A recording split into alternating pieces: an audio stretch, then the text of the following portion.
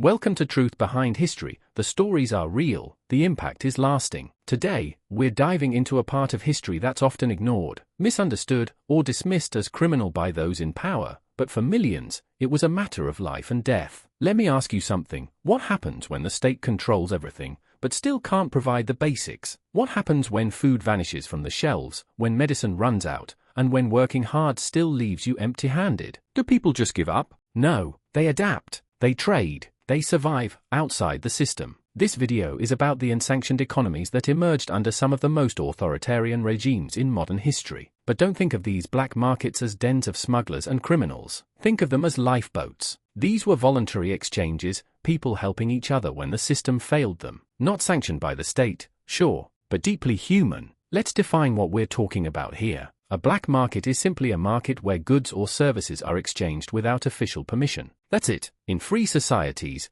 that might mean evading a tax. But under totalitarian regimes, it meant feeding your family when the government couldn't or wouldn't. And here's the heart of our thesis. In centrally planned economies, where every price, job, and potato is managed by a bureaucracy, black markets weren't optional. They were essential. They weren't run by gangsters for profit. They were operated by parents, neighbors, even children, trying to survive. Black markets were moral economies, emerging not in defiance of law, but in defense of life. Over the next few minutes, we'll zoom into 4 case studies: the Soviet Union, Maoist China, East Germany, and North Korea. Different cultures, different rulers, same problem, centralized planning that couldn't meet human needs. And in every case, people found ways to trade, connect, and stay alive. We'll explore the causes, like failed agricultural policies and destroyed price systems. We'll look at the consequences, both for the people and the regimes that tried to crush them. And finally, we'll dig into the deeper moral questions. When does survival become resistance? And what do these underground economies reveal about freedom itself? Let's begin our journey deep into the shadow economies of history. Let's start with the Soviet Union, where the dream of central planning became a daily nightmare for millions. The idea was simple on paper: if the government controlled all production, all distribution, and all prices, then everything would be fair and efficient. But reality had other plans. Central planning meant long queues for bread, if there was any bread at all. Shelves were often empty. Essentials like food, clothing, and medicine were rationed, mismanaged, or simply missing. And the shortages weren't rare. They were systemic, chronic, and devastating. This led to what historians call the shadow economy. You couldn't rely on the official system, so people built an unofficial one. You want antibiotics for your child? You don't go to the pharmacy, you ask a neighbor whose cousin works at a hospital. You want meat? Maybe someone's uncle knows a farmer who can sneak some out under the table. And this wasn't shady or selfish, it was survival. Enter the Blatt system. Now, Blatt wasn't currency, it was connection. It was favors, leverage, reciprocity. It meant trading what you had access to for what you needed. A bottle of vodka could get you a car repair. A carton of cigarettes might get you a seat on a train. In a world where prices made no sense and goods were missing, social capital became the real currency. These informal networks were vast. They ran under, around, and through the official Soviet economy. They weren't just about luxury goods,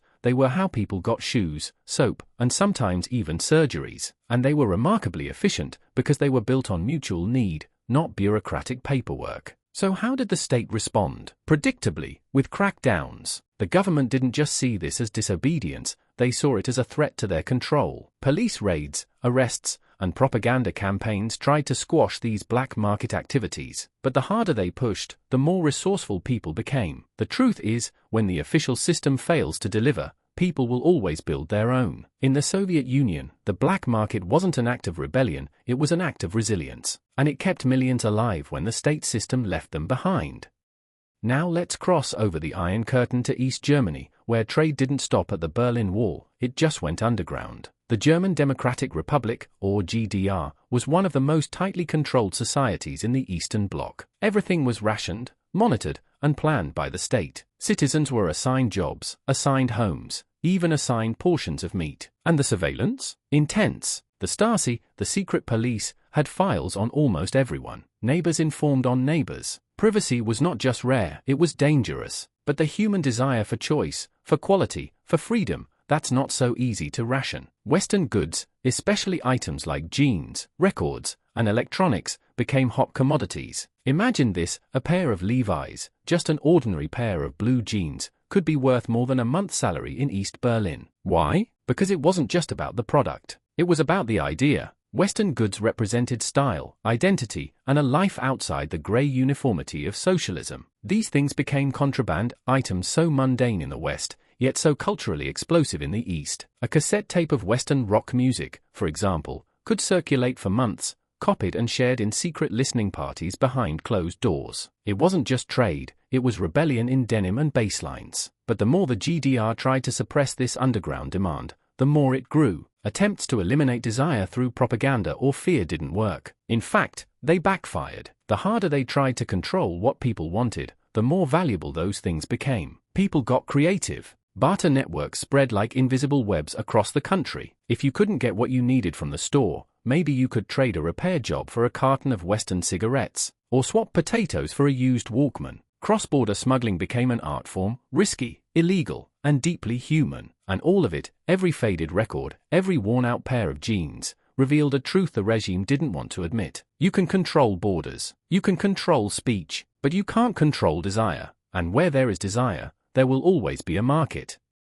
Now we move to Maoist China, during one of the deadliest experiments in centralized planning the world has ever seen. Between 1958 and 1962, the Chinese Communist Party launched what it called the Great Leap Forward. The goal? Rapid industrialization. The method? Force everyone, yes, everyone, into massive, collective farms. Backyard furnaces were built to melt metal, while farming was micromanaged by officials who had never farmed a day in their lives. Quotas were set with no regard for reality. And worst of all, people lied to meet them. Reports of abundant harvests were faked, grain was requisitioned by the state, and millions were left with nothing. The result? Catastrophe. An estimated 30 to 45 million people died from starvation. Entire villages disappeared. Families ate bark. Some ate clay, others, things far worse. But amid this horror, something extraordinary happened. Peasants began to defy the system, not through protest, but through potatoes. In hidden corners of fields, they grew secret crops. At night, they bartered food behind closed doors. Mothers risked arrest, even death, to sell eggs or vegetables to strangers. These underground exchanges were not organized rebellions. They were spontaneous, local, and born out of desperation. What emerged were backyard black markets, tiny hubs of trade that often meant the difference between life and death. A bit of rice, a piece of bread, a handful of sweet potatoes,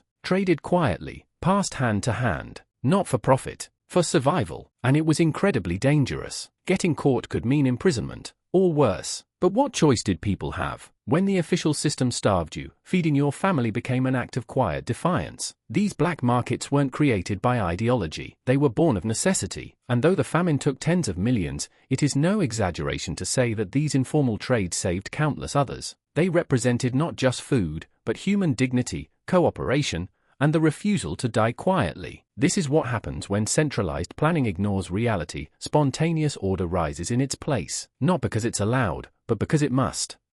And now we reach perhaps the most chilling example of all, North Korea. If the Soviet Union was inefficient, and East Germany was paranoid, and Maoist China was catastrophic, then North Korea took all of those failures and locked them behind barbed wire. A totalitarian regime like no other. A place where the state claims to own not just your labor, but your mind, your loyalty, even your soul. After the collapse of the Soviet Union in the 1990s, North Korea was plunged into a devastating famine. The government's food distribution system, already fragile, completely fell apart. People starved in the streets. Children ate grass and tree bark. Entire towns withered away. And yet, even here, even in this most brutal of environments, black markets bloomed. They were called jangmadang, spontaneous, illegal markets where desperate people traded anything they could get their hands on. Old clothes, scrap metal, homemade alcohol, stolen corn, Chinese goods smuggled across the border. These markets weren't just economic centers, they were survival hubs, lifelines. Smuggling became an art of endurance. Traders risked minefields,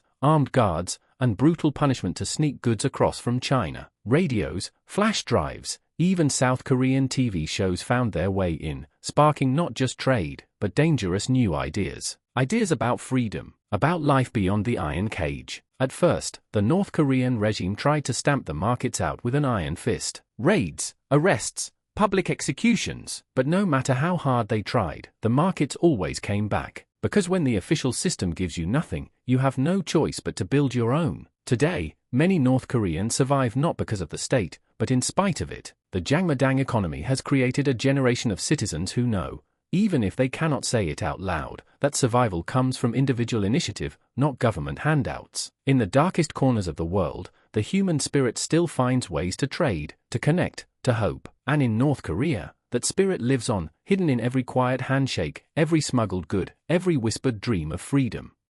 So now, let's take a step back and look at the bigger picture. When we hear the word black market, it often conjures up images of shady deals, dangerous criminals, or chaos. But history tells a more complicated story. In many cases, black markets weren't places of greed or violence. They were places of survival, cooperation, even compassion. This brings us to the idea of the moral economy. A moral economy is not built on contracts or government regulations. It is built on trust, mutual aid, and an unspoken understanding that, when the system fails, people still have a duty to each other. In a moral economy, the rules are not dictated by officials in faraway offices. They are shaped by the immediate needs and ethics of everyday life. Think about it. In the Soviet Union, trading favors wasn't about getting rich, it was about getting antibiotics for a sick child. In North Korea, risking your life to sell rice wasn't about defying authority for its own sake, it was about keeping your family alive another day. These were economies rooted in voluntary exchange, real value for real value, without the violence or coercion that plagued the official systems. And here's something profound to consider: the black markets, while technically illegal,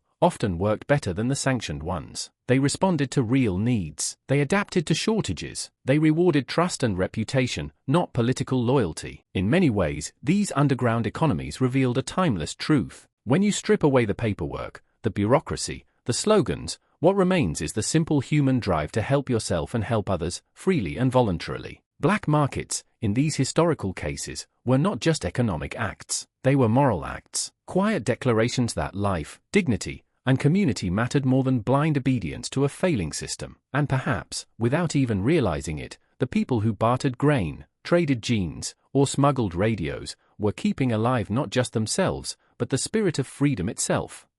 Let's talk about what happens when governments try to control everything and fail. Central planning is often sold as a way to create fairness and efficiency, but in practice, it leads to distortion, desperation, and damage that can last for generations. When the state decides what should be produced, where it should go, and who should get it, you end up with more than empty shelves. You end up with broken incentives and shattered trust. Let's break that down. First, distorted incentives. In these systems, people don't get rewarded for producing value, they get rewarded for obeying orders or gaming the system. So what do? They hoard, they bribe, they trade in secret. When survival becomes a puzzle to solve instead of a system you can rely on, everyone becomes an economist, and not in a good way. Second, resistance and innovation. The silver lining? People don't give up. They get creative. They form new ways to cooperate, to share, to adapt. Under oppression, they build alternative systems, not because they want to, but because they have to. Out of that struggle comes human ingenuity at its most raw. Then there's moral ambiguity. When the law itself is unjust or unworkable, the line between right and wrong gets blurry. Is it wrong to sell food without a license if that's the only way someone else can eat? Is it illegal, or is it essential? Under tyrannical systems, survival often means breaking the rules, and that's a deeply human dilemma. Finally, a historical reflection. Without black markets, without these informal, underground networks of mutual aid, millions more might have died. These weren't just economic systems. They were lifelines. They were proof that, even when the official world collapses,